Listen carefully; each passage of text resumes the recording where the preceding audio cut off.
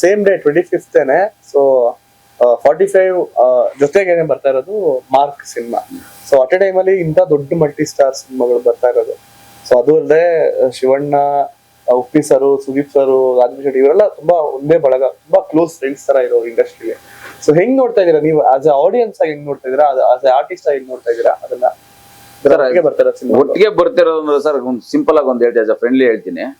ಒಂದ್ ಒಳ್ಳೆ ಬಾಡೂಟ ಇದ್ರೆ ಒಂದೇ ದಿನ ನಾವು ಹೋಗ್ತೀವಿ ಅಲ್ವೋ, ಖಂಡಿತ ಹೋಗ್ತೀವಿ. ಒಂದು ಅರ್ಧ ಗಂಟೆ ಮ್ಯಾಚ್ ಮಾಡ್ಕೊಂಡು ಎರಡೂ ಬಾಡೂಟಕ್ಕೆ ಹೋಗ್ತೀವಿ. ಅದೇ ಒಂದು ನಾರ್ಮಲ್ ಒಂದು ಸ್ವೀಟ್ ಊಟ ಆದ್ರೂ ಹೋಗ್ತೀವಾ? ಖಂಡಿತವಲ್ಲ, ಒಂದು ಅಟೆಂಡ್ ಮಾಡ್ಕೊಂಡು ವಾಪಸ್ ಬರ್ತೀವಿ. ಅಂದ್ರೆ ಒಂದು ಅವರೇಜ್ ಇತ್ತು ಅಂದ್ರೆ ಯಾರು ನೋಡಲ್ಲ, ಓಕೆ ಅಲ್ವಾ? ಒಂದು ಇವು ಎರಡು ಸಿನಿಮಾಗಳು, ಮಾರ್ಕ್ ಮತ್ತೆ 45 ಕೂಡ ಒಂದು ಅಬ್ಬರದ ಬಾಡೂಟ ಸಿನಿಮಾಗಳು, ಎರಡೂನು ಸಿಕ್ಕಾಪಟ್ಟೆ ಮಾಸ್, ಎಲ್ಲಾ ತರ ಕಂಟೆಂಟ್ ಇರುವಂತ ಸಿನಿಮಾಗಳು. ಆಗ ಖಂಡಿತವಾಗ್ಲೂ ಆಡಿಯನ್ಸ್ಗಳು ಎರಡು ಸಿನಿಮಾ ನೋಡ್ತಾರೆ. ಒಂದು ಟೈಮ್ ಅಡ್ಜಸ್ಟ್ ಮಾಡ್ಕೊಂಡು ಖಂಡಿತವಾಗ್ಲೂ ಎರಡು ಸಿನಿಮಾ ನೋಡ್ತಾರೆ. ಎರಡು ಒಂದು ಈ ಸಿನಿ ಪ್ರೇಕ್ಷಕರಿಗೆ ಒಂದು ಭರ್ಜರಿ ಬಾಡೂಟ ಕೊಡುವಂತ ಗ್ಯಾರಂಟಿ ಅಂತ ಹೇಳ್ತೀನಿ.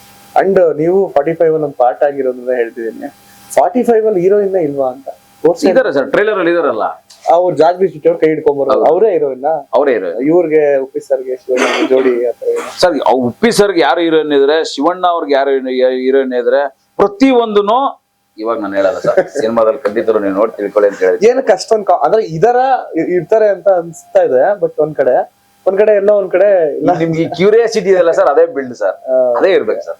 ಸಿನಿಮಾ ರಿಲೀಸ್ 25 ಜೊತೆಲೆ ಸಿನಿಮಾ ನೋಡೋಣ ಖಂಡಿತವಾಗ್ಲೂ. ಓಕೆ. ಅಂಡ್ ಈ ಒಂದು ಕಂಪ್ಲೀಟ್ 45 ಸಿನಿಮಾದು ಏನಂತಾರೆ, ಆ ಒಂದು ಪ್ರೊಡಕ್ಷನ್ ಹೌಸ್ ಬಗ್ಗೆ ಸೊ ನೀವು ಹೆಂಗ್ ನಡ್ಸ್ಕೊಂಡ್ರು, ನಿಮ್ಮನ್ನ ಹೊಸೊಬ್ರಿಗೆ ಹೆಂಗ್ ನಡ್ಸ್ಕೊಂತಿದ್ದಾರೆ? ಸೊ ಅಂದ್ರೆ ಅಷ್ಟು ದೊಡ್ಡ ಪ್ರೊಡಕ್ಷನ್ ಹೌಸ್ ಅಲ್ವಾ, ಹೆಂಗಿತ್ತು ಟ್ರೀಟ್ಮೆಂಟ್ ಎಲ್ಲ ಅಂತ? ಸರ್ ಅದ್ಭುತವಾಗಿತ್ತು ಸರ್ ಟ್ರೀಟ್ಮೆಂಟ್. ನಮ್ಮ ರಮೇಶ್ ರೆಡ್ಡಿ ಸರ್ ಪ್ರೊಡ್ಯೂಸರ್. ಹೌದು. ಈಗ ಟ್ರೈಲರ್ ಅವ್ರು ಏನ್ ಮಾಡಿದ್ದಾರೆ, ಟ್ರೈಲರ್ ಲಾಂಚ್ ಏನ್ ಮಾಡಿದ್ದಾರೆ, ಅವ್ರಲ್ಲಿ ಮಾಡಿರೋ ಒಂದು ಖರ್ಚಿಗೊಂದು ಸಿನಿಮಾ ಮಾಡ್ಬೋದು, ಬಜೆಟ್ ಸಿನಿಮಾ. ಆ ಲೆವೆಲ್ ನಾನ್ ನೋಡಿದ ತಕ್ಷಣ ಬಹಳ ಖುಷಿ ಆಯ್ತು ನನಗೆ. ಯಾಕಂದ್ರೆ ಕನ್ನಡ ಸಿನಿಮಾಗಳು ಆ ಮಟ್ಟಕ್ಕೆ ದೊಡ್ಡ ಮಟ್ಟದಲ್ಲಿ ಇನ್ನೂ ಈಗ ಆಲ್ರೆಡಿ ದೊಡ್ಡ ಮಟ್ಟದಲ್ಲಿ ಇದಾವೆ ಕನ್ನಡ ಸಿನಿಮಾಗಳು ಸುಮಾರು. ಈಗ ನಮ್ಮ ಗೊತ್ತಿರೋ ಕಾಂತಾರ ಆಗಿರ್ಬೋದು, KGF ಆಗಿರ್ಬೋದು, ಎಲ್ಲ ದೊಡ್ಡ ಮಟ್ಟದಲ್ಲಿ ಇದಾವೆ ಸಿನಿಮಾಗಳು. ಇನ್ನೂ ಒಂದಷ್ಟು ದೊಡ್ಡ ಸಿನಿಮಾಗಳು ಬರ್ತಿದಾವೆ. ನಮ್ಮ ಸಿನಿಮಾಗಳು ಬರ್ತಾ ಇದಾವೆ, 45 ಅಥವಾ ಮಾರ್ಕ್ ಆಗಿರ್ಬೋದು, ಮತ್ತೆ ನೆಕ್ಸ್ಟ್ ಲ್ಯಾಂಡ್ ಲಾರ್ಡ್ ಆಗಿರ್ಬೋದು, ಸುಮಾರು ಸಿನಿಮಾಗಳು ದೊಡ್ಡ ಸಿನಿಮಾಗಳು. ಎಲ್ಲಾ ಸಿನಿಮಾಗಳು ದೊಡ್ಡ ಮಟ್ಟದಲ್ಲಿ ಆಗ್ಲಿ ಅಂತ ಖುಷಿ ಪಡ್ತೀವಿ ನಾವು. ಯಾವುದೇ ಬಂದಿರೋದು ಕನ್ನಡ ಸಿನಿಮಾ ಅಂತ ಹೇಳೋದಕ್ಕೆ ಹೆಮ್ಮೆ ಆಗುತ್ತೆ. ಆ ಟ್ರೈಲರ್ ಲಾಂಚ್ ಇವೆಂಟ್ ನೋಡಿದ್ರೆ ನಂಗೆ ಬಹಳ ಖುಷಿ ಆಯ್ತು. ಅದು ಪ್ರೊಡ್ಯೂಸರ್ ನಮ್ಮ ರಮೇಶ್ ರೆಡ್ಡಿ ಸರ್ ಎಲ್ಲಾ ಕಲಾವಿದರುಗಳನ್ನು ಅದ್ಭುತವಾಗಿ ನೋಡ್ಕೊಂಡಿದ್ದಾರೆ. ನಾವಲ್ಲಿ ಟ್ರೀಟ್ಮೆಂಟ್ ಬಗ್ಗೆ ಮಾತಾಡಾಗಿಲ್ಲ ಸರ್, ಯಾಕಂದ್ರೆ ತುಂಬಾ ಜನ ವರ್ಕ್ ಮಾಡಿದೀವಿ. ಆಮೇಲೆ ಲೊಕೇಶನ್ಸ್ ಗಳೆಲ್ಲ ಈಗ ವಿಶಾಖಪಟ್ಟಣಂ ಮತ್ತೆ ಹೈದರಾಬಾದ್ ರಾಮೋಜಿ ಫಿಲ್ಮ್ ಸಿಟಿ, ಮತ್ತೆ ಔಟ್ ಆಫ್ ಸ್ಟೇಟ್ಸ್ ಗಳು ತುಂಬಾ ಹೋಗಿದ್ದೀವಿ.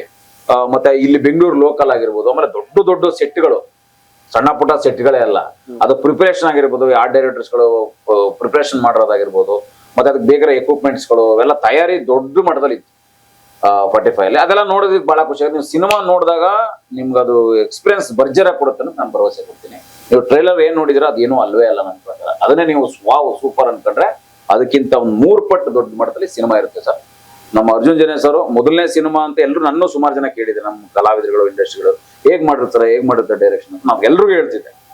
ನೀವು ಅನ್ಕೊಂಡಿರೋ ತರನೇ ಬೇರೆ ಅದ್ಭುತವಾಗಿ ನಿರ್ದೇಶಕರು ಅದ್ಭುತವಾಗಿ ಮಾಡಿರ್ತಾರೆ ಅಂತ ಪ್ರಿಪರೇಷನ್ ಆಗಿತ್ತು ಜನ್ಯ ಸರ್.